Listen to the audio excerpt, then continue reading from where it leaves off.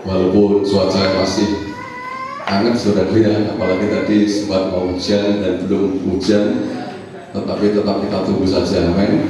Ya, suatu saat nanti pasti hujan, kita disegarkan kembali. Yang penting kita sudah dihujan berkat Tuhan, amin. Haleluya, itu yang terpenting dari iman kita. Puji Tuhan. Kita sudah memberikan berapa pujian kepada Tuhan. Tiba saatnya kita akan sama-sama menikmati firman Tuhan. Tentunya kita akan siapkan hati kita, Bapak Saudara, supaya kita sama-sama bisa menikmati berkat Tuhan melalui kebenaran firman Tuhan saat ini. Saudara siap diberkati Tuhan? Haleluya. Kita akan buka kitab kita di dalam suratan 1 Tesalonika. Suratan 1 Tesalonika pasal yang ke-5.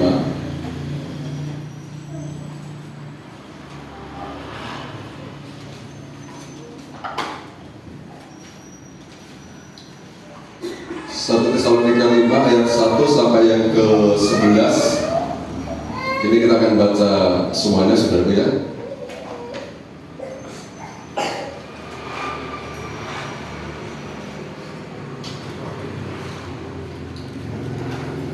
Sudah ketemu? Kita baca bergantian dengan saya, nanti ayat 11 kita akan baca bersama-sama. 1 Tesalonika 5 ayat 1 sampai yang ke-11. Judulnya sini berjaga-jaga. Tetapi tentang zaman dan masa, saudara-saudara tidak perlu dituliskan kepadamu.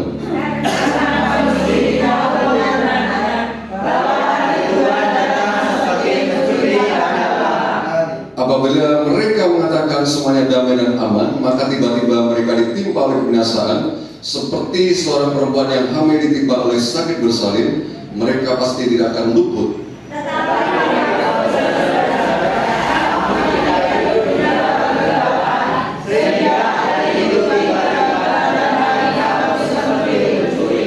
Karena kamu semua adalah anak-anak terang dan anak-anak siang. Kita bukanlah orang-orang malam atau orang-orang kegelapan.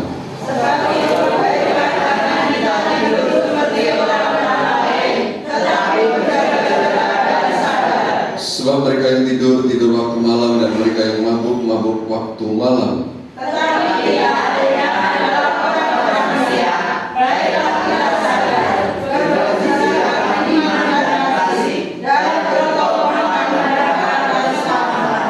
Karena kita tidak menetapkan kita untuk ditimpa murka, tetapi untuk beroleh keselamatan oleh Yesus Kristus Tuhan kita.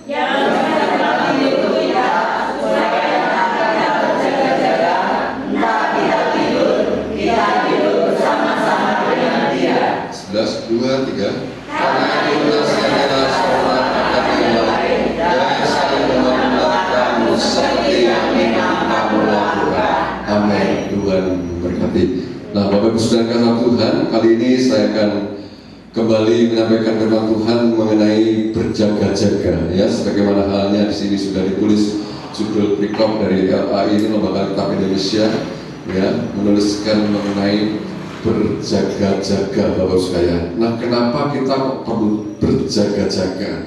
Nah, di sini ada sebagian orang yang tidak mau berjaga-jaga. Mereka menganggap enteng, menganggap remeh, menganggap sesuatu bahwa Tuhan itu masih lama datangnya, atau jangan-jangan bahkan Tuhan nggak datang. Bapak sekalian, mereka merasa lebih nyaman ketika berada di bumi ini. Ya, sebagaimana halnya yang sudah ditulis di dalam ayat yang ketiga di situ. Apabila mereka mengatakan semuanya damai dan aman, maka tiba-tiba mereka ditimpa oleh kebinasaan, seperti seorang perempuan yang hamil ditimpa oleh sakit bersalin. Mereka pasti tidak akan luput. Saudara kata Tuhan, ini perlu kita renungkan. Ya, kenapa orang kok tidak antusias terhadap kedatangan Tuhan?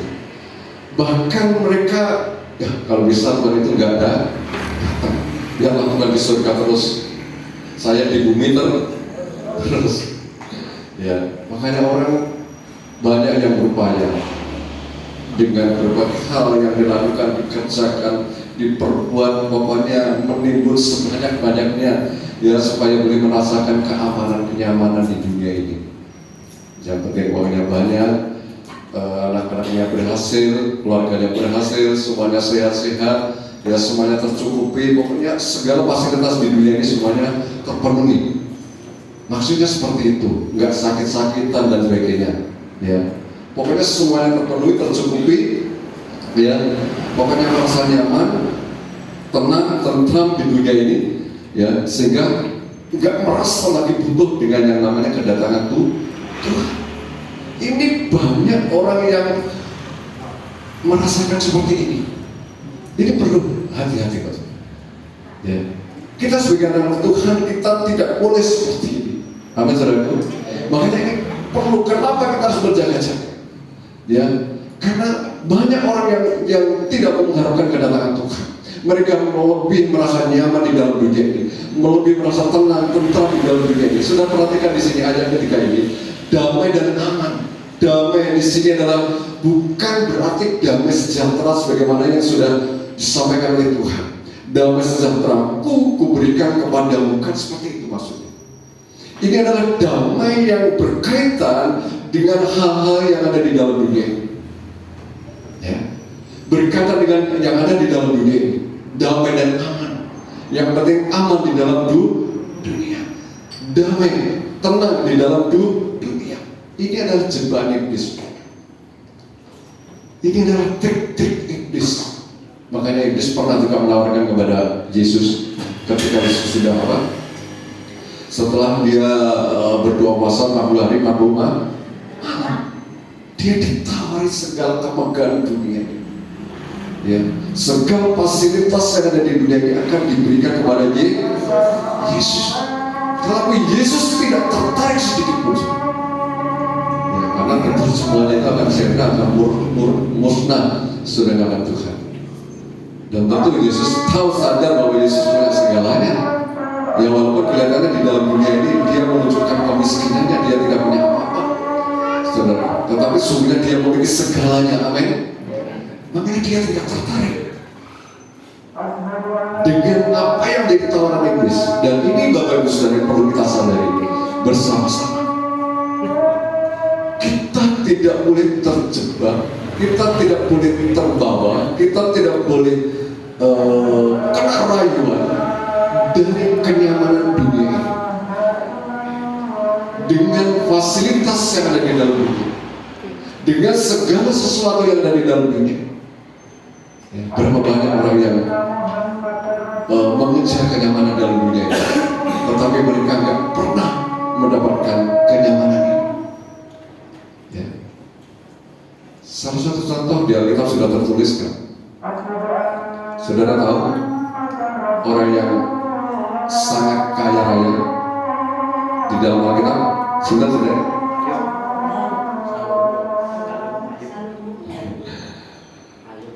Ayub boleh, Salomo, tetapi yang pernah terkaya, yang paling kaya, ini lebih kaya, itu adalah Salomo. Sebelum dan sesudah dia, tidak ada seorang pun yang kaya seperti Salomo. Kalau sudah dihitung, sudah harta bendanya itu sudah dikatakan. Nanti lain kali kita bisa belajar lebih lagi. Intinya dalam satu tahun itu triliunan, ratusan triliun. Sementara kalau saudara bisa belajar mengenai orang terkaya di dalam dunia ini, ya, hanya sekitar beberapa triliun itu pendapatannya dalam satu tahun. Tetapi ini sampai ini Salomo ini bisa, sudah ada yang menghitung itu sekitar 800 triliun. Bayangkan kalau dihitung dalam nominal sekarang. Ya. Jadi nggak ada yang kaya seperti Salomo sebelum dan sesudah Salomo. Jadi dia pernah orang yang dia terkaya, terpintar, ya, orang yang sangat bijaksana, orang yang sangat memiliki intelektual yang sangat tinggi, betul ya. Ini yang sudah dialami oleh Salomo. Dia sudah mendapatkan banyak segala-galanya, termasuk istri, ya, yang pernah kita dengar istrinya berapa? 300 itu yang resmi, 700 ya tambahannya sudah nggak sampai, goleknya 1000. Ada yang punya istri 1000 sekarang? Ya, memang ada, tapi nggak sampai 1000 sudah ya. Ada 10, 12 itu ada. saudara Tuhan, tetapi nggak sampai ratusan. Ya. Mereka bisa KO ya, KO segala-galanya, saudara Tuhan ya. Ini Salomo sudah dapat seperti itu. Artinya apa? Dia sudah berada segalanya di dalam dunia ini. Tetapi ketika dia merenungkan Bapak saudara Tuhan, segala sesuatu yang ada di bawah matahari ini seperti usaha yang menjaring angin. Semuanya sia-sia. Ada yang bisa menjaring angin? Bablas angin, saudara Tuhan. Sia-sia. Bahkan dia pengen mati, dia pengen bunuh diri. Bapak saudara, ini yang dirasakan oleh Salomo. Sudah mendapatkan segalanya, semuanya. Ya. Tetapi dia merasa kosong dalam hidup. Dia ingin mengakhiri hidup. Bapak saudara. Jadi kita jangan terjebak dengan dunia ini. Orang yang pernah merasakan itu saja nggak ada artinya. Apalagi kita. Ya, bukan saya meremehkan Bapak saudara yang bisa melakukan segala atas saudara. Ya, kekayaan apapun yang saudara peroleh nantinya akan sia-sia. Segala fasilitas kepintaran apapun yang ada dalam diri sia-sia. Ya. Jadi kita jangan berpikir bahwa nanti ketika saya mendapatkan semuanya saya akan merasa aman. Jangan. Semuanya akan menjadi nikmat. Ya. Makanya ini yang menjadi peringatan bagi saya dan saudara semuanya, Bapak saudara kandang Tuhan, supaya kita tidak terjebak dengan yang namanya damai dan aman di dalam dunia ini. Amin saudara. Sebab apa? Ketika kita merasa damai dan aman di dalam dunia ini, kita tidak memiliki pengharapan lagi. Maksudnya mengharapkan kedatangan Tuhan, sehingga kita tidak bisa berjaga-jaga di dalam menjalani kehidupan kita. Kita asal-asalan di dalam kita menjalani hidup kita ini, semau diri kita sendiri. Sehingga ketika Tuhan satu saat datang, kita di dalam kondisi yang siap. Nah, makanya ini hal yang pertama perlu kita renungkan bahwa sedang kasih Tuhan ya. Kita jangan sampai terjebak dengan kenyamanan dunia. Ya. Kita perhatikan di sini tadi Bapak saudara Tuhan ya, di mana digambarkan seperti seorang perempuan yang hamil ditimpa oleh sakit bersalin. Mereka tidak akan gambarannya seperti orang yang hamil ya, yang mau bersalin itu ya. Gak ada seorang pun yang bisa memprediksikan kapan dia akan melahirkan. Tiba-tiba harus melahirkan seperti itu. Itu sama. Ketika Tuhan datang, karena Tuhan digambarkan juga seperti pencuri. Tidak ada seorang pun yang tahu. Ya, tidak ada seorang pun yang tahu. Makanya hari minggu yang lalu sudah saya sampaikan dalam tanda-tandanya. Walaupun tidak ada seorang pun yang tahu. Yang tahu ini adalah berkaitan dengan hari, tanggal, jam, tahunnya. Detailnya itu memang tidak ada seorang pun yang tahu. Makanya Tuhan memberikan memberikan kisi-kisinya kalau bahasa sekarang ini ya. Tanda-tandanya sudah kadang Tuhan ya, sudah ditulis dalam Injil Matius 24 yang hari ini sudah kita pelajari. Ini untuk kita bisa mempersiapkan diri kita. Amin saudara. Untuk mempersiapkan diri kita. Ya, kedatangan Tuhan tidak ada seorang pun yang tahu. Ya, oleh karena itu kita harus benar-benar bisa mempersiapkan diri kita sedemikian rupa. Amin saudaraku. Saudara mau siap-siap? Kalau Tuhan datang nanti malam sekarang. Aduh, yang belum punya bojo atau yang sekolahnya masih belum lulus ya, atau yang masih punya rencana ini, rencana itu, sudah kami Tuhan ya, gimana nantinya ya, sudah kami Tuhan, tidak ada seorang pun yang tahu kedatangan Tuhan, tidak ada seorang pun yang tahu ya. Nah oleh karena itu kita harus memiliki persiapan. Kita harus betul-betul dalam kondisi yang siap. Kita harus berjaga-jaga. Nah, lalu apa bagus yang harus kita persiapkan? Nah, kita melihat di sini di dalam ayat keempat. Tetapi kamu saudara-saudara, kamu tidak hidup di dalam kegelapan sehingga hari itu tiba-tiba mendatangi kamu seperti pencuri. Karena kamu semua adalah anak-anak terang dan anak-anak siang. Kita bukanlah orang-orang malam atau orang-orang kegelapan. yang perlu kita persiapkan Bapak Saudara. Kita harus terus bisa hidup sebagai anak terang. Anak apa Saudara? Terang. Kita tidak boleh hidup lagi di dalam kegelapan. Kita sudah bersyukur kepada Tuhan. Sebenarnya kita sudah dialihkan oleh Tuhan dari kegelapan menuju kepada terang. Nah, kadang-kala kita nggak nyadari, kita pengennya apa? Gelap. Ya. Padahal kita sudah dibawa oleh Tuhan menuju kepada terang. Dan kalau direnungkan sebenarnya Bapak saya, ini yang sudah sering saya sampaikan, terang dan gelap itu sebenarnya lebih enak mana? Lebih enak mana Saudara?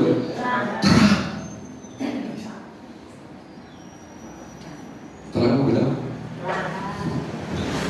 Baru sebagian yang mau menjawab. Terang atau gelap? Sudah kenal Tuhannya. Walaupun terang butuh ini. Apa rasanya hidup terang? Sudah kenal Tuhan. Terang artinya hidup di dalam kebenaran, sementara gelap hidup di dalam dosa. Hidup dengan cara-cara yang lama.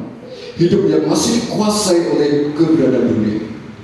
Hidup yang masih diliputi oleh dengan kesenangan-kesenangan dunia, hawa nafsu kedagingan dunia. Itu adalah hidup di dalam kegelapan. Dan orang yang hidup di dalam kegelapan tidak akan bisa menyongsong kedatangan Tuhan. Ketika Tuhan datang, pasti dia akan ketinggalan. Ini yang sekitar bukan. Loh, saya kan sudah Kristen, saya sudah jadi anak Tuhan, saya sudah melayani, betul. Tetapi kalau hidup kita tidak sejalan dengan kebenaran firman Tuhan, kita bisa ditolak oleh Tuhan. Matius 7:21 itu sangat mengerikan. Mereka adalah bukan orang-orang biasa. Mereka adalah orang-orang yang sudah melayani. Ini juga menyadarkan saya secara pribadi, ya, supaya saya lebih serius, supaya saya lebih hati-hati lagi dalam menjalani hidup ini. Mereka bukan orang sembarangan. Mereka adalah bukan orang Kristen biasa. Mereka adalah pelayan-pelayan Tuhan. Mereka adalah orang yang sungguh-sungguh melakukan banyak hal di hadapan Tuhan. Tetapi ketika Tuhan datang, Tuhan tidak kenal orang tersebut. Hari ini membuat saya sudah berbuat ini Tuhan, saya sudah melakukan ini Tuhan, saya sudah melakukan mujizat ini, saya sudah melakukan ini dan itu. Tetapi ketika Tuhan datang, kenapa saya ditolak? Karena apa yang dilakukan ini adalah hanya untuk pribadi sendiri, bukan untuk kemuliaan Allah Tuhan. Ini perlu kita lakukan.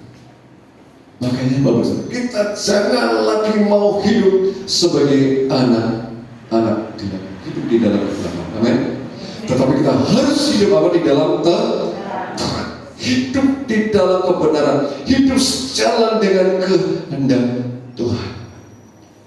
Bapak Saudara, hidup dalam terang, dalam kehendak Tuhan. Ya.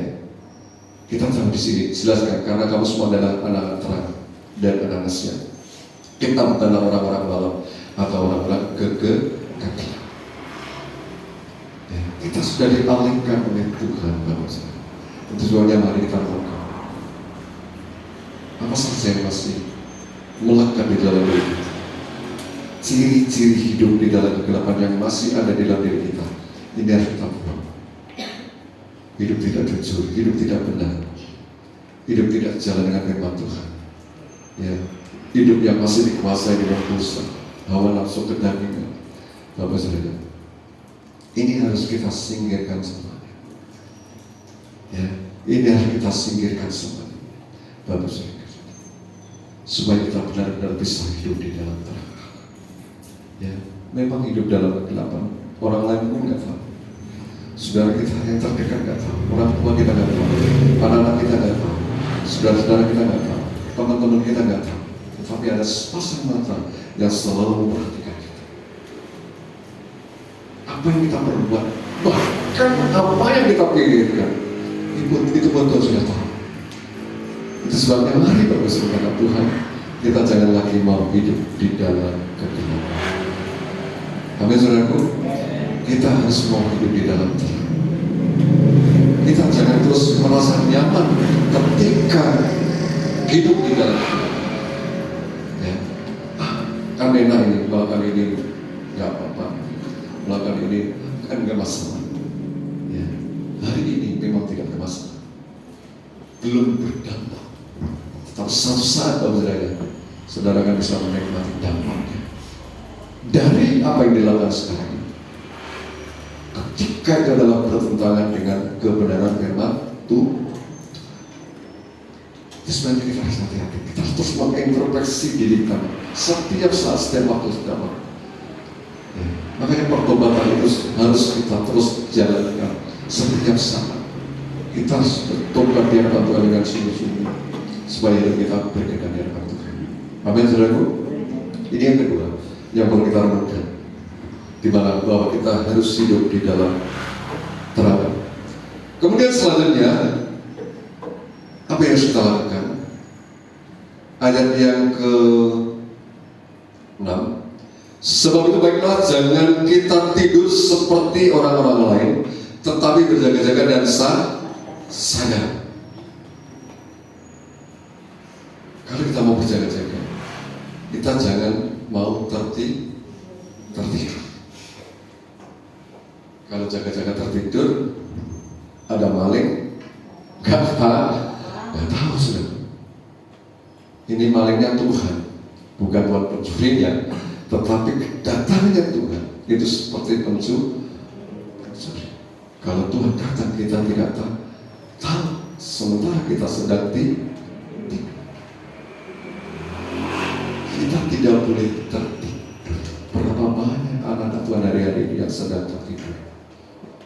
Bukan dalam pengertian tertidur biasa, tetapi tertidur secara lain. Ini perlu kita lakukan. Sudah merasa nyaman, sudah merasa nyenyak, sepertinya gak mau bangun-bangun. Ya, seperti kayak orang kerinan. Kertas yang kerinan. Orang kerinan itu dan tangannya angin. Ya. Saya nggak ngomong orang lain, ngomong anak saya sendiri. Nanti jangan malam-malam tidurnya, cuma sebentar sampai malam. Paginya dibuka angin. Itu saya sudah belak-belakan semua biar cepat bangun kan. Tapi masih tidur lagi. Saya berodek-odek bangun. Saya pergi tidur lagi. Itu kadang-kadang. Ya, karena masih ngantuk keringat masalahnya. Ya, saya pulang dari pagi dari di tempat ini. Ya untuk saja tadi saya masih melakukan aktivitas di sini tadi, jadi agak siang saya pulang dari itu. Ya, saya pulang jam 5 lebih pagi lagi. Sementara dia tidurnya jam 12:30. Sedangkan Tuhan ya. Jangan tertidur secara pelan. Amin. Ini berbahaya. Berbahaya, bos. Jangan tertidur secara pelan. Jangan mau dinabubukkan oleh sirkus. Jebakan-jebakan dari sirkus. Ya. Kita harus bangun. Amin, saudaraku. Kita harus bangun. Kita harus bangkit bersama-sama dengan Tuhan. Amin. Amin. Ya. Harus bergerak. Memuji Tuhan dengan sungguh-sungguh, meninggikan Tuhan dengan sungguh-sungguh, membaca firman Tuhan dengan sungguh-sungguh, menikmati firman Tuhan dengan sungguh-sungguh. Makanya ini melalui kesempatan ini saya juga ingatkan kepada saudara-saudara supaya semuanya bisa lebih bergerak lagi.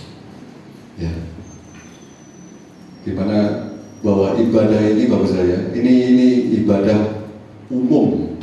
Ibadah umum itu bukan ibadah hanya untuk Bapak Ibu, tetapi ibadah umum itu adalah ibadah untuk semua kalangan, mulai dari anak kecil, remaja, pemuda, sampai kepada orang dewasa. Maksudnya apa? Jadi untuk ibadah umum ini, saya mohon semuanya itu bisa berkontribusi, semuanya mengikuti. Mau saudara mengikuti semuanya, baik anak-anak kecil, remaja, muda, saling memuji Tuhan semuanya. Jadi nggak ada satupun yang menjadi penang. Yang lainnya sorak-sorak gembira, hanya ini menonton. Atau saat menikmati firman Tuhan yang anak-anak kecil main game, jangan. Semuanya harus dengar firman Tuhan. Kalau saudara mau diberkati itu, amin. Tidak ada yang penonton. Ya, ini saya ingatkan saudara. Di sekolah minggu di remaja sudah diajarkan bagaimana mereka untuk bisa memuji Tuhan, menyembah Tuhan, untuk menikmati firman Tuhan. Tinggal PR dari Bapak Ibu Saudara untuk anak-anak saudara, putra putri saudara, gimana mereka untuk bergerak di dalam memuliakan Tuhan, lebih sungguh lagi dalam meninggikan Tuhan. Ya, jadi mari betul, supaya rohani kita tidak tidur, rohani anak-anak kita tidak tidur, rohani cucu-cucu kita tidak tidur, rohani diri kita tidak tertidur. Amin saudara. Oleh karena itu tugas kita sebagai orang tua yang menjadi patokan, yang harus dicontoh, yang bisa dicontoh, yang bisa menjadi teladan. Kalau orang tuanya tertidur, gimana dengan anak? Oleh karena itu mari kita harus bergerak di dalam Tuhan, sungguh-sungguh di dalam Tuhan. Ini waktu yang sudah terbatas, waktu yang sudah sangat singkat sekali. Sudah kalau Tuhan sudah mendengar berita di luar sana sangat mengerikan. Sampai hari ini belum selesai perang Israel Palestina. Daerah Gaza akan dihancurkan semua. Ya, di sana ada masjid, gereja dihancurkan, rumah sakit mau dihancurkan, suruh keluar semuanya. Ada yang nggak mau. Saudara, ngeri, mengerikan. Ya, kalau kita tidak ada persiapan, ketika Tuhan datang, kita akan ketinggalan. Itu sebabnya kita harus bangun. Sungguh-sungguh kita harus mau bangun bersama-sama dengan Tuhan. Amin saudaraku. Ya, harus bangun. Jangan lagi kita harus jaga. Kita harus sadar. Ketika kita tidak sadar, ini yang membawa kita terlelap, tertidur di dalam itu. Ya, makanya kita harus berjaga-jaga dan sadar. Ya, semua mereka yang tidur waktu malam, mereka yang mabuk waktu malam. Tetapi kita adalah orang-orang siang, mereka yang sadar. Ini Bapak, tidur malam, yaitu tadi masih hidup di jalan kegelapan. Jadi yang membawa diri kita ini mudah tertidur. Kalau kita tidak mau keluar dari kegelapan, ya kita terus akan tertidur sesaat. Ya. Oleh karena itu kita harus bangun, kita harus sadar, ya, supaya kita benar-benar bisa masuk di dalam kehidupan yang terang. Nah, di sini diperlengkapi Bapak Saudara di ayat yang ke-8 di situ. Tetapi kita yang adalah orang-orang siang ini yang harus kita lakukan. Ya, baiklah kita sadar, kemudian berbaju sirahkan apa? Iman dan kasih, bertomongan pengharapan keselamatan. Berbaju sirah, berketopokan. Ini adalah sebuah peralatan perang. Bapak Saudara, peralatan perang, baju sirah, tameng, ketopong, pengaman kepala, supaya kita aman. Nah, ini yang harus kita pakai.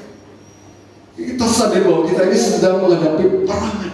Kita setiap waktu, setiap saat kita itu sedang perang.